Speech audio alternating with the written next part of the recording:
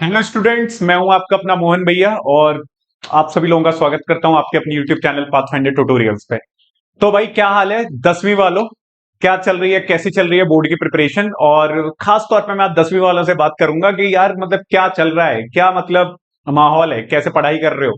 अभी half yearly होके खत्म हुए होंगे, आपको अपना क्या बोल सकते हैं लेवल पता लग गया होगा, अपनी औकात पता लग गई होगी कि भाई साहब कितने पानी में डूबे हुए हो, कितने पानी से ऊपर हो, क्या है रिजल्ट। तो शायद अभी कुछ स्कूल्स का नहीं आया होगा, बट स्टिल पेपर देने के बाद ना सर खुद को पता लग जाता है। पेपर देने के बाद ना खुद को बहुत बड़ा आइडिया हो जाता है कि यार मेरा ना लेवल क्या है। तो आप उस लेवल का असेसमेंट करिए और पता करिए कि अभी कितनी इंप्रूवमेंट की गुंजाइश है। इंप्रूवमेंट की गुंजाइश हमेशा रहती है, लेकिन ये पता करिए कितने इंप्रूवमेंट की गुंजाइश है। 180 में से 50 नंबर आ रहे हैं आपके, 80 में से 40 आ रहे हैं, 80 में से 75 आ रहे हैं, कितने नंबर आ रहे हैं? ठीक है। तो ये है, ठीक है। तो मैं यार देखो, आप लोगों के पास ना टाइम बड़ा कम बचा है। तो अभी किस तरीके की प्लानिंग होनी चाहिए, कैसे पढ़ाई करनी है, इतने टाइम पीरियड में सारे सब्जेक्ट को किस किस तरीके से कवर करना है, कितने आर मुझे पढ़ाई को देने चाहिए। तो वो स्ट्रेटेजी पे मैं बात करने आया हूं, क्योंकि देखो कई बच्चे इस तरीके के भी हैं जिनके ना भी 80 में से 40 नंबर आएंगे, तो वो आप 70 में कैसे पहुंच सकते हो? ठीक है, कैसे आप अपने नंबर बढ़ा सकते हो, व्हाट इज द की? ठीक है, कैसे मेहनत करनी है, कैसे पढ़ाई करनी है, कितना टाइम डिवोट करना है, वो बहुत इंपॉर्टेंट बन जाता है। बात समझ में आ रही है? तो देखो पहली बात तो ये है मेरी, देखो बात सुनो गौर से। पहली बात तो ये कि आप ये पता करो कि आपका कितना सिलेबस हो चुका है, कितना सिलेबस हो रखा है, कितना सिलेबस नहीं हो रखा, और कितने टाइम तक आप अपना सिलेबस फिनिश कर रखे हो, कर सकते हो। या जहां भी आप कोचिंग कर रहे हो या जिस भी जो आपके घर पे ट्यूशन पढ़ाने वाला रहो, आपकी अपनी परफॉर्मेंस क्या है। देखो मेरा मानना ये है कि किसी भी कीमत पे देखो, मैं अपने आना अक्टूबर एंड तक सारा सिलेबस फिनिश करा देता हूं। ठीक है। ऑफलाइन क्लासेस में हम लोग बेसिकली क्या करते हैं, हमारी कोचिंग में यार ना पूरा एकदम 30 अक्टूबर तक मोस्ट प्रोबेबली सारे सब्जेक्ट का सिलेबस खत्म हो जाना है। उसके बाद देखिए नवंबर दिसंबर जनवरी और आधा फेब मान लीजिए कि मैं चाहता हूं कि लड़के को ना कम से कम यार स्टूडेंट को ना 3 महीने तो मिलने चाहिए रिवीजन के लिए। क्योंकि देखो रिवीजन से ना गलतियां पता लगती हैं। ये जो चल रहा है ना अभी हाफ ईयरली वाला, इसमें कई बच्चों के मार्क्स इसलिए कमा रहे क्योंकि रिवीजन कर नहीं किया तुम लोगों ने तमीज से। जो उनने अच्छा पढ़ा है उसकी भी बात कर रहा हूं मैं। तो रिवीजन क्या करता है ना, आपको प्यूरिफाई करता है, बार बार आपकी मिस्टेक्स, आपकी राइटिंग स्किल्स आपको बार बार इंप्रूव करनी है कि अच्छा अब इतना ये तो मैंने पढ़ा ही नहीं था। कभी आप एक चैप्टर को पढ़ लो, फिर उस चैप्टर को दोबारा पढ़ोगे साइंस को, तो आपको लगेगा कि यार ये लाइन तो पता नहीं मिस हो गई थी, ये तो मिला ही नहीं मुझे। ठीक है। तो वो कहां से आता है? वो रिवीजन से आता है। जब आप एसएसटी पढ़ रहे होगे तो वो किससे आएगा? रिवीजन से आएगा, है ना? क्योंकि बार बार लिखने से, बार बार पढ़ने से ना बार बार क्या होगा, इंप्रूवमेंट होगा आप में। तो उसके लिए कम से कम आपको 3 महीने चाहिए यार। ठीक है। और अगर इससे लेट आप अपना सिलेबस कर रहे हो तो फिर देखो आप अपना रिवीजन वाला टाइम ना देखो सर कर रहे हो कम। ठीक है। आप अपना रिवीजन वाला टाइम कर रहे हो किल। और आपके पास अगर अप्रैल मई जून जुलाई अगस्त सितंबर अक्टूबर 7 महीने में 10वीं का सिलेबस नहीं कर पा रहे हो तो फिर कैसे कर पा रहे हो? है ना? ये बहुत टाइम था यार, पूरा सिलेबस कवर करने के लिए बहुत टाइम था ये। ठीक है। तो अब प्लानिंग क्या रहनी चाहिए? देखो आज कितना है, आज 8 अक्टूबर है। मतलब आप मान लीजिए 15 अक्टूबर हो गया आपका। ठीक है, आधा अक्टूबर निकल गया। तो आधा अक्टूबर बचा है, 2 महीने इधर, 2.5 महीने, और आप सिर्फ जनवरी काउंट करिए। तो you have only 3.5 month, approx 110 days आप टोटल मान के चलिए जस्ट फॉर प्रिपरेशन यार। उसके बाद तुम्हारे बोर्ड एग्जाम आ जाएंगे, कैसे काम चलेगा? क्योंकि देखो 15 फेब से तो माइनर एग्जाम शुरू हो जाने हैं हर एक हालत में। मेन एग्जाम भले ही 1-2 मार्च से स्टार्ट हो, माइनर तो आपके स्टार्ट हो ही जाते हैं। और उसके बीच में आप फिर कुछ और पढ़ाई नहीं कर पाते हो। तो बेसिकली आप अपना जनवरी एंड तक मान के ही चलिए कि आपके पास जनवरी एंड तक का टाइम है। और आप अपनी सिटिंग पावर बढ़ा दीजिए, मेहनत करना स्टार्ट कर दिए। अगर आप 2-3 घंटे पढ़ रहे हो ना बॉस, तो मुझे नहीं लग रहा कि देखो आप चीजें ना अपनी कवर कर पाओगे यार। टाइम चाहिए ज्यादा, टाइम चाहिए ज्यादा, स्मार्ट स्टडी चाहिए, स्मार्ट पढ़ाई का मैनेजमेंट होना चाहिए। किस सब्जेक्ट को कितना टाइम देना है उतना आपको पता होना चाहिए। क्योंकि देखो आप एक बात समझोगे, सीबीएसई का पेपर पैटर्न बहुत अच्छा हो गया है। पेपर पैटर्न जो है सीबीएसई ने बड़ा इंटरेस्टिंग कर दिया है। आपके 20 ऑब्जेक्टिव क्वेश्चन आने हैं, उसमें से 18 ऑब्जेक्टिव में 2 सेशन रीजन है। और अगर आपके कॉन्सेप्ट क्लियर नहीं है, अगर सर आपके कॉन्सेप्ट क्लियर नहीं है, तो फिर तो बहुत दिक्कत हो जाएगी। आप बताओ यार, बिना कॉन्सेप्ट क्लियर किए ऑब्जेक्टिव क्वेश्चंस कैसे कर पाओगे? उसमें सीधा सा बात यह है कि आपका अगर हो पा रहा है, अगर आपको आता है तो आप कर दोगे, नहीं आ पा रहा तो पूरा गया 1 नंबर। है ना? 25%, 80 में से 20 जो नंबर हैं वो तुम्हारे, वो किसके हैं? वो ऑब्जेक्टिव क्वेश्चंस के हैं। 25%, 25% ऐसे ही खत्म कर दोगे यार। नहीं, उसके लिए आपको करनी है डेप्थ में स्टडी, एकदम कॉन्सेप्ट क्लियरिटी। ऊपर ऊपर से पढ़ाई कर लोगे दिक्कत हो जाएगी। और कई लड़के ये कर भी रहे हैं, अभी आप लोगों को एहसास नहीं है कि आप पता नहीं किस तरीके से आपको पढ़ना है, किस तरीके से नहीं पढ़ना है, आप गलती कर रहे हैं। तो उस गलती को सुधारिए, क्योंकि अब आपके पास टाइम बहुत कम है ना। आपके पास सिर्फ 3.5 महीने हैं, और 3.5 महीने की स्ट्रेटेजी आप बना के तैयारी करिए। ठीक है सर, देखिए मेरे मानने से ये कि आप सबसे पहले सिलेबस फिनिश कर दीजिए 30 अक्टूबर तक। ठीक है, syllabus must be finish by syllabus finish syllabus finish syllabus by 30 October. ठीक है, टाइम नहीं है सर इससे ज्यादा से ज्यादा 10 नवंबर। 10 नवंबर आपके लिए, जो बच्चे बहुत पीछे चल रहे हैं उनके लिए बोल रहा हूं। उसके बाद दिवाली में निकल जाएंगे तुम्हारे 3 दिन। रिवीजन स्टार्ट्स, मतलब प्योरली रिवीजन। देखो रिवीजन तो आप अभी भी कर रहे होगे, मैं ये नहीं कह रहा कि अब मत करो रिवीजन, जो पिछला हो चुका है उसका अभी भी रिवीजन करो। लेकिन सारा सिलेबस फिनिश करके एकदम प्योर रिवीजन, कि अब भैया मेरा होगा प्योर रिवीजन बिल्कुल बिगिनिंग से। ठीक है, रिवीजन स्टार्ट्स फ्रॉम 15 नवंबर। 15 नवंबर से रिवीजन स्टार्ट।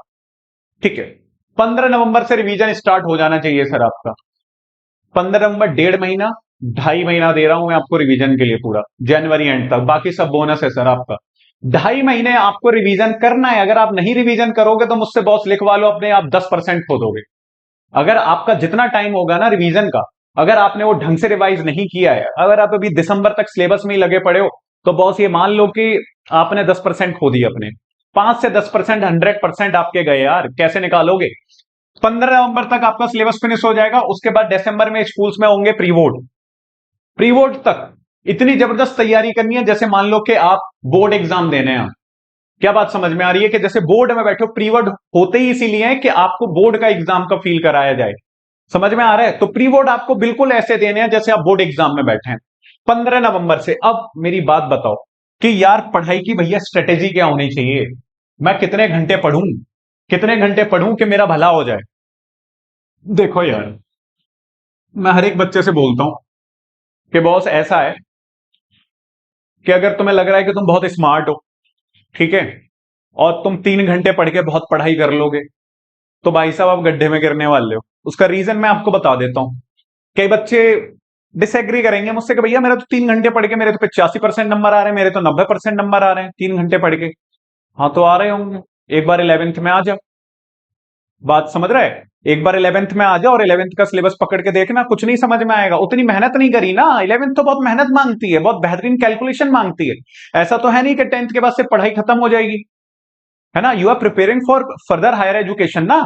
तो आप अपनी हायर एजुकेशन के लिए तैयार करें तो आपकी सिटिंग पावर अच्छी होनी चाहिए, कैलकुलेशन अच्छी होनी चाहिए, है ना, डिटर्मिनेशन बहुत स्ट्रांग होना चाहिए। और देख लो भाई साहब, साइंस में तो मौज ही मौज है। जब 11th में आ गए तो साइंस तो बहुत मेहनत मांगती है।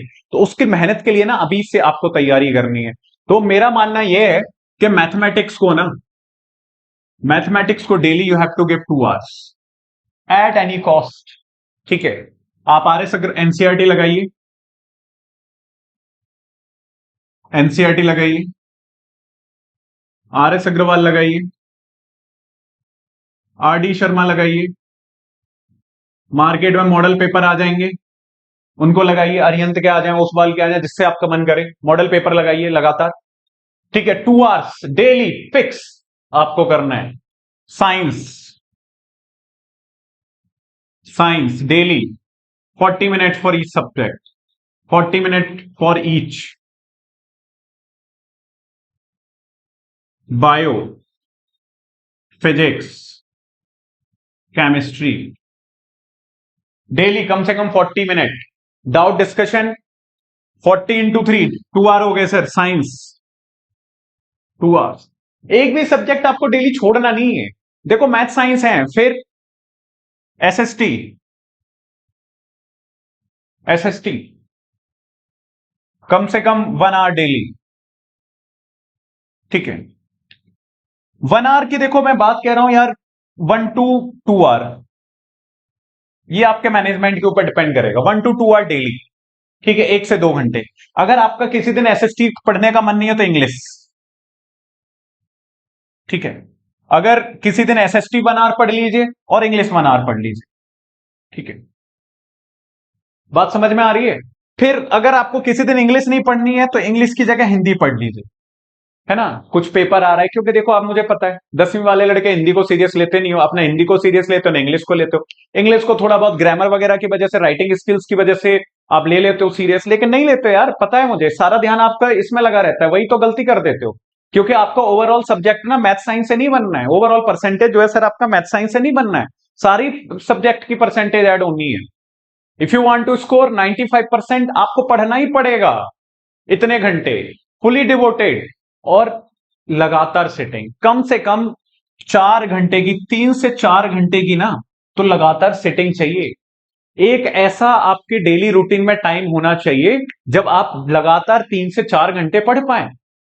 बात समझ में आ रही है। ऐसे नहीं पढ़ना कि 1 घंटे पढ़ लिए, फिर 2 घंटे पढ़ लिए, फिर आधा घंटे पढ़ लिए, फिर 20 मिनट पढ़ लिए, फिर 15 मिनट पढ़ लिए, बहुत समझ में ही नहीं आएगा कुछ। पढ़ाई जो की थी ना वो भी भूल जाओगे। दिन में पढ़ लिए थे, रात को जब सोने जाओगे याद ही नहीं रहेगा कि पढ़ा क्या था। नहीं, काम नहीं करती ये वाली चीजें।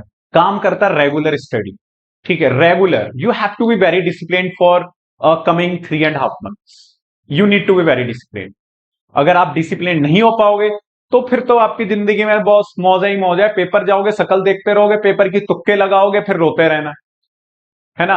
फिर तुम रोना साइंस लेने के लिए, स्कूल वाला साइंस नहीं देगा तुम्हें, ठीक है, रोते रहना कि मुझे पीसीएम चाहिए, पीसीबी चाहिए, मैथ चाहिए था, ये चाहिए था। भैया दूसरी बात ये, तू मैथ ले भी रहा है तो तेरी कैलकुलेशन तो इतनी बेकार है, तू आगे चल के मैथ करेगा ही क्या? अगर तेरा 10th का बेसिक फंडामेंटल ही क्लियर नहीं है 10th तक तेरे, तो क्यों ले रहा है मैथमेटिक्स, है ना।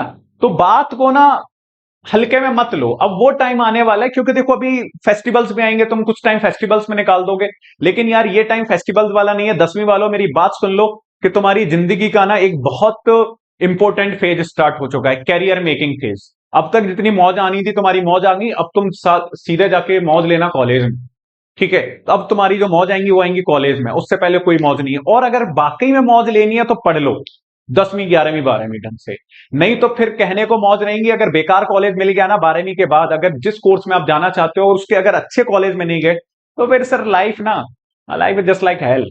मौज नहीं रहेंगी फिर जिंदगी में। मौज तभी आएंगी जब आप एक बेहतरीन से इंस्टीट्यूट से पढ़ाई कर रहे होगे, बात समझ में आ रही, अच्छे दोस्त बनेंगे, ठीक है, मजा आएगा ना, तभी तो आएगा मजा। फिर वही है, बेकार से कॉलेज में एडमिशन ले लिया, बेकार से दोस्त हैं, बेकार सा कुछ नहीं है, पैटर्न बस कट रही है जिंदगी, वो नहीं करना सर, ठीक है। तो पढ़ाई जो है ना आपको सर 5 से 6 घंटे डेली देना है। मैं ये नहीं कह रहा कि डेली 6 घंटे पढ़ो बॉस, ठीक है, कम से कम 5 घंटे तो डेली पढ़ो यार। 2 घंटे मैथमेटिक्स को आपको डिवोट करने ही करने हैं हर एक हालत में। इतना काम है ना, अभी आप क्वेश्चंस लगाते नहीं हो, आप सोच रहे हो कि एनसीईआरटी उससे काम चल जाएगा। यार एनसीईआरटी से ना उतना काम चल जाएगा कि तुम्हारे पेपर में ना बस पास हो जाओगे तुम, ठीक है। ज्यादा से ज्यादा 55-60 नंबर आ जाएंगे, उसके बाद तो फिर दिक्कत होगी। वो क्या मांगता है, वो प्रैक्टिस मांगता है। आप एनसीईआरटी भी कम से कम आपको 5 से 6 बार करनी है ना, बोर्ड एग्जाम से पहले कम से कम 5 से 6 बार फिनिश करनी है आपको एनसीईआरटी। आप बात ही नहीं समझ रहे हो। अभी तो कई लड़के तुम में से सिलेबस करके नहीं बैठे हैं, और जिनका सिलेबस कई बच्चों का हो भी गया है ना, तो यार कर क्या रहे हो? मुझे नहीं लगता कि अभी कई बच्चों ने सिलेबस फिनिश किया है। अभी तो उन्हें यही लग रहा है कि अभी टाइम आएगा, अपना टाइम आएगा तभी जाके सिलेबस खत्म करेंगे। बेटा अपना टाइम आएगा ना, अपना टाइम आते आते ना बहुत लेट अगर हो जाओगे तो दिक्कत हो जाएगी। अपना टाइम ना तुम्हें खुद खुद लाना है, आएगा नहीं अपना टाइम। अपना टाइम ना आपका खुद से लाना है, आपको अपना वक्त अपने आप आएगा नहीं, वो आपके चल के नहीं आएगा। अपना वक्त आपको खुद बनाना है, अपनी जीत का जिम्मेदार आपको खुद बनना है, कोई दूसरा नहीं बनेगा। किसी और का वेट मत करो, ठीक है। तो आप अपनी पढ़ाई करिए ढंग से। 10वीं वालों मेरी बहुत हम्बल रिक्वेस्ट है आपसे कि आपको जी तोड़ मेहनत करना स्टार्ट कर दीजिए, मन लगा के पढ़ाई करिए। और देखिए अभी बीच में क्या हुआ ना कि थोड़ा सा कुछ इस तरीके के हालात बन गए कि मैं वीडियोस नहीं अपलोड कर पाया, लेकिन अभी मैं बहुत इंपॉर्टेंट क्वेश्चंस की लगातार वीडियो अपलोड करता रहूंगा, ठीक है। लेकिन आप पढ़ते रहिए और हंसते रहिए, मुस्कुराते रहिए, स्ट्रेस फ्री पढ़ाई करते रहिए, जिंदगी की मौज लेते रहिए। और मौज मैं हमेशा बोलता हूं तभी आएंगी जब आप अच्छे से पढ़ाई कर रहे होगे। तो आप डिसाइड कर लीजिए कि आपको जिंदगी में क्या करना है, ठीक है सर। तो आप लगातार चीजों को फॉलो करते रहिए। और अगर आपको कोई भी क्वेरी है, कोई डाउट है, कुछ भी चीजें समझ में नहीं आ रही हैं कि किस तरीके से पढ़ाई करनी है, कहां तक भैया मैं कैसे काम करूं, किस तरीके से सिलेबस करूं, क्या करूं, तो फिर आप मुझे कमेंट करिए यार, मैं बताऊंगा आपको, ठीक है। मेल कर दीजिए या फिर मैं डिस्क्रिप्शन में एक नंबर डाल दूंगा, चाहो तो आप कॉल करके बताइए। ठीक है यार, स्टूडेंट्स के लिए ना हम हमेशा तैयार है। ठीक है, हमारा काम है शिक्षा को, एजुकेशन को ना एक ऊंचाइयों पे ले जाना। बच्चे को अंदर जो पोटेंशियल है ना, उसमें को एक्चुअल में वो बच्चे को पता लगे कि उसके अंदर पोटेंशियल है ना, उससे उसी पोटेंशियल के अकॉर्डिंग काम करवाना, वो अपने पोटेंशियल के अकॉर्डिंग अपनी ऊंचाइयों पे पहुंचे। ये है, आपको अपना पोटेंशियल खराब नहीं करना, ये आपकी जिम्मेदारी है। आप बहुत अच्छे बच्चे हैं और अगर बहुत स्मार्ट बच्चे हैं, अगर उस रहते हुए भी आपने कुछ नहीं किया तो फिर सर दिक्कत है ना, आपने अपना पोटेंशियल वेस्ट कर लिया। ठीक है, तो कोई बात नहीं, आप करिए यार, फॉलो करिए, और कोई भी दिक्कत आए तो बताइए। We are always with you. ठीक है, Pathfinder is always with you. ठीक है सर, आज के लिए इतना ही है। बाकी मैं प्रॉमिस कर रहा हूं कि थोड़ा सा ना लगातार वीडियो डालता रहूंगा। ठीक है, रहेगा बाकी, लेकिन आप फॉलो करते रहिए। आप अपने दोस्तों को, अगर आपको बातें मेरी सही लग रही हो, अगर आपको लग रहा हो कि नहीं यार रिलेटेबल हैं चीजें, अगर आपका सिलेबस नहीं फिनिश हुआ है और अगर कोई भी दिक्कत अगर आपको आ रही है, तो आप बताइए और आप अपने दोस्तों को शेयर करिए, क्योंकि आप अपने दोस्तों का भी भला चाहो यार, उन्हें भी बताओ कि पढ़ाई जल्दी करो यार, अच्छे से करो, मन लगा के पढ़ो। ठीक है, तभी काम चल पाएगा। चलिए सर, कोई बात नहीं, आप आज के लिए इतना ही है। Thank you so much. ठीक है, आप एंजॉय करिए अपनी पढ़ाई को, और स्वस्थ रहिए, हंसते रहिए, मुस्कुराते रहिए, खाते रहिए, पीते रहिए, एंजॉय करिए सर। ठीक है sir, thank you so much. Okay.